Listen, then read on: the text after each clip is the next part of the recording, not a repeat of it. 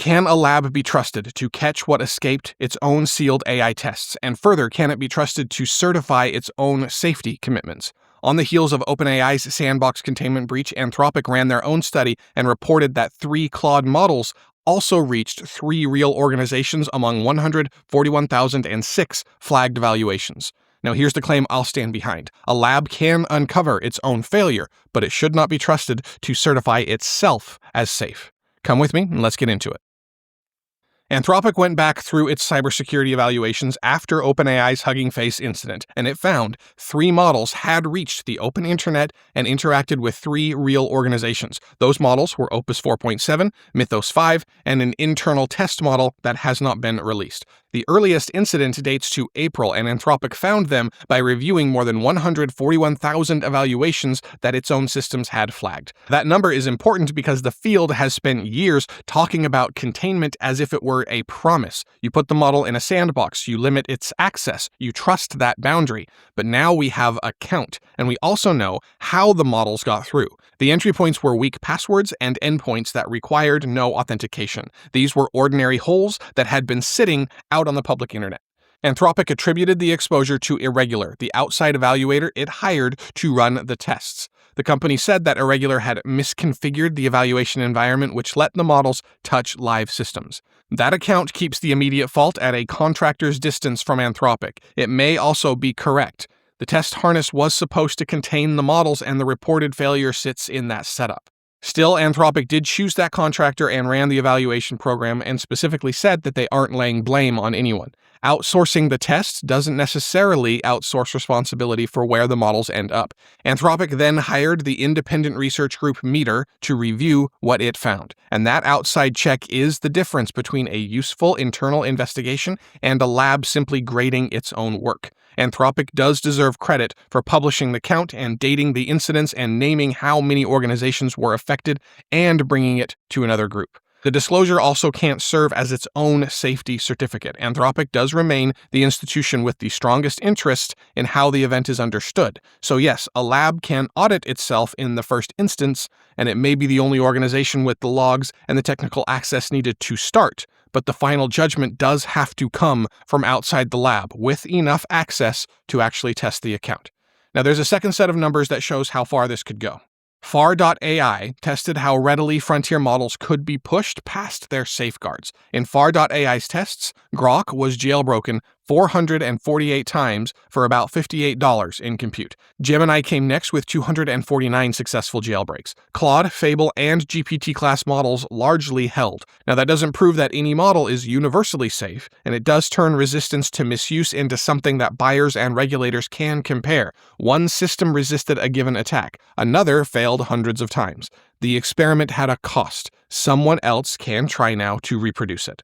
Containment is then becoming a measurable property instead of a sentence in a lab's policy document. And the uncomfortable part is now really hard to avoid. This has happened across labs. OpenAI's agent escaped its environment and reached third parties. Anthropic's review found 3 more models touching 3 real organizations. The models don't need some exotic new exploit every time. Capable attention aimed at the internet will find the weak passwords and forgotten endpoints that organizations have tolerated for years. That is the friction here. But the hopeful part is that we can finally see it clearly enough to act on it. Now, a year ago, we couldn't compare containment because we didn't have published counts like this. Now there is a dated record, an outside review, and a benchmark that puts a price on resistance. Now, the lab's own audit can begin the work, but independent testing is what makes the result worth trusting. All right, moving over here. That same agentic ability looks very different when it leaves the network and enters a body. Google DeepMind has introduced 3 connected systems that join planning, balance, grip, and movement. Gemini Robotics 2 is the physical action model. It takes what a robot sees, combines that with an instruction, and produces movement. So instead of treating walking, reaching, and grasping as separate jobs, it controls the whole body as one continuous act. A robot can balance, it can step, it can squat, it can bend, and it can work through a cluttered space while using its hands. Gemini Robotics ER2 is the planning layer. It looks at a scene, it breaks a goal into steps, and it calls calls other capabilities when it needs them and checks its own progress while it works. And those capabilities can include a Google search when the task needs outside knowledge. Then there's Gemini Robotics on device too. It runs locally, and in Google's tests, it adapted to unfamiliar robot bodies from fewer than 200 demonstrations gathered over just a few hours. Now, the demos give you a sense of what that really means. Apptronic's Apollo 2 humanoid used a sharp wave hand with 22 degrees of freedom to tie knots and to seal a Ziploc bag. Now, those tasks sound small until you try to automate them. Flexible cord changes shape every time you touch it. A bag's seal bends, slips, and requires the right pressure along a narrow line. And depending on the design of the bag, as anybody who's tried to close one of the less well-designed Ziploc bags will tell you, it's very difficult to find exactly the right pressure and exactly the right point. Now, the bigger result came from transfer. The same underlying embodied intelligence worked across Apollo, Franca Duo, Agile Robots hardware, and Boston Dynamics Spot. Spot performed a fetch task. Other systems used different arms, hands, and body shapes. Now, historically, a robot's skill belonged to that machine alone. Change the arm or the factory line, and engineers often had to rebuild the behavior around that new hardware. But here, the model carried an understanding of the task into bodies that it was not built for. That makes physical skill behave a little more like software. You teach the model once and then adapt it to the machine in front of you. The current numbers also show how early this is, though. ER2 classified task progress correctly about 57% of the time, and it found the right moment in a video sequence just over 91% of the time, usually landing within about a second or so of the correct frame. In Google's own tests, it also ran about 4 times faster than the larger models that Google compared it against. Now, those are capability tests. They don't mean that a general-purpose robot is ready to arrive in an ordinary home and handle every chore. ER2 is available now through the Gemini API and Google AI Studio. The whole body model and the on-device 2 remain early access previews for only selected partners. So the planning brain has shipped. The most striking physical systems, though, are still being tested with a limited group. Even with that gap, the transfer result changes the economics of robotics. Once useful movement can cross from one body to another, every new task does not have to begin at zero. The scarce thing starts to shift. It's less about programming each machine by hand, and it's more about giving a shared intelligence enough experience to understand what useful work looks like in the physical world. All right, shifting over here. Once intelligence can move through software and machines, the next constraint is electricity. 3 investments show compute demand pulling long-promised energy systems toward real construction. Aalo-Atomics and Crusoe plan to pair small modular reactors with what they call a nuclear-powered AI factory at Idaho National Laboratory. They're targeting a demonstration in 2027. A small modular reactor is sized around a very specific load. It can be built from factory-made modules instead of starting with a giant central plant designed to supply a whole region. Commonwealth Fusion Systems, meanwhile, closed another $1 billion funding round. That brings its total raised to roughly $4 billion, the largest private commitment that Fusion has attracted. And Antora Energy raised about $550 million for thermal batteries aimed at data centers that need power around the clock. Antora takes cheap midday solar electricity and stores it as heat inside factory-made carbon blocks. That stored heat can provide firm energy after the sun goes down. Nuclear, fusion, and thermal storage are very different technologies, but the same load is making all 3 easier to finance. Pablo Vegas, chief executive of ERCOT, told Texas lawmakers why. ERCOT expects demand could reach 175 gigawatts by 2032, and that might be conservative, but the record peak that it has actually served is only 91.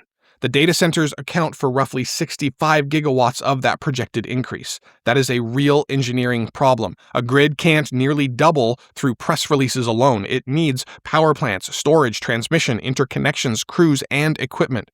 The old response to a sudden demand spike was often a gas peaker plant, followed by years of locked-in fuel costs and emissions. The new money is reaching a wider set of answers because data centers need continuous power at enormous scale. That demand can support reactors, fusion construction, and multi-hour storage that previously struggled to find an anchor customer.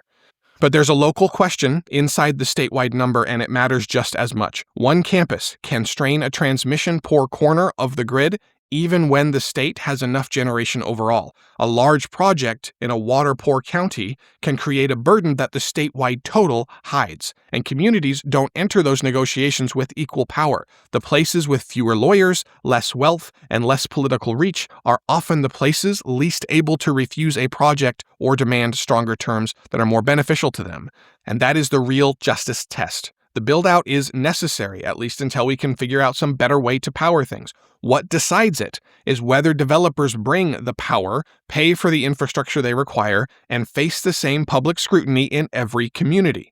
But stepping back here, we can see that the larger economic turn is actually encouraging. Firm, clean power once needed public support to compete against established fossil generation. Compute demand is now making some of those projects financeable because continuous load has become valuable enough to support them. A data center contract may start the build. The reactors, the storage factories, the supply chains, and the trained workforce can last far beyond that first customer. Compute is creating the immediate strain, but it's also pulling forward energy capacity that can serve a much wider world. All right, now we move over from the grid under the build-out to the financial structure that is sitting just above it. That structure just showed two very different kinds of strain. Leopold Aschenbrenner's Situational Awareness Fund was forced to sell its entire public stock portfolio to Citadel after AI-related losses triggered a leveraged unwind.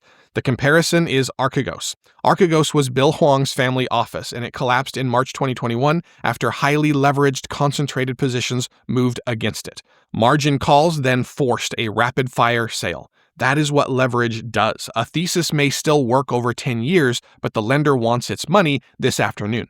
Situational Awareness reportedly kept its private Anthropic shares. Most of its leveraged public portfolio, though, was sold. And that distinction is real. The fund didn't just abandon every AI bet. It lost the ability to wait inside the positions that could be liquidated. Under that unwind sits a much broader split between companies selling the AI build-out and companies actually paying for it. Samsung's chip division posted a roughly 250-fold jump in profit. Demand for the memory packed into AI systems flowed straight toward the supplier. Meta, on the other hand, saw an $8 billion swing in free cash flow and guided toward between $130 and $145 billion in capital spending. Meta has presented that outflow as the cost of simply building AI capacity that it expects to need. Maybe that capacity will prove essential. Meta has enormous reach, infrastructure, and experience tuning technical systems into products used at a global scale. But the return still hasn't been showing in these figures. Samsung is banking profit from today's demand. Meta is spending against tomorrow's expectation. They're describing the same stream of money from opposite ends. One side has booked the gain, and the other has built the capacity and made a case for what it may eventually produce. The scale has reached national economic figures, too. AI-related semiconductor imports were large enough to drag on reported U.S. second quarter GDP growth. And the cost outlook also remains unsettled. Podcaster Dwarkesh Patel, a very trusted voice in this space, published an analysis titled "Why Compute Might Get 10 Times More Expensive." That possibility looms because the build-out rests on assumptions about future demand, hardware, energy, and cost. Those variables don't move together on a very clean schedule. The Archegos comparison captures the financial risk, too. A concentrated position can be directionally right and still fail when leverage removes the time needed for the argument to actually play out. But the forced sale didn't erase a chip, close a model, or remove any built capacity. It changed who owned the financial position. That is the deeper separation to keep in view here. The technology keeps developing while the claims built around, capturing its value, collide with balance sheets, deadlines, and margin calls. The unwind punished the leverage, but intelligence keeps moving. All right, bringing it to a close for today. Should a lab audit itself? It can find the logs, it can count the incidents, it can publish dates and hire outside reviewers and give the rest of the field evidence that it didn't have before. That is real progress. But what it cannot do is turn its own disclosure into the final word on its safety. The institution that built and tested the system still benefits from the public accepting its account. Independent review, then, has to carry the last mile. And that distinction, of course, reaches beyond Anthropic. As we saw today, Gemini's physical skill crossed between robot bodies, loosening a bottleneck that kept competence trapped just inside one machine. Compute demand is pushing against the limits of the grid, and in response, money is flowing into nuclear, fusion, and storage projects that can outlast their first customer. And a leveraged fund also lost control of its public portfolio while chips, models, and infrastructure kept changing hands and moving forward.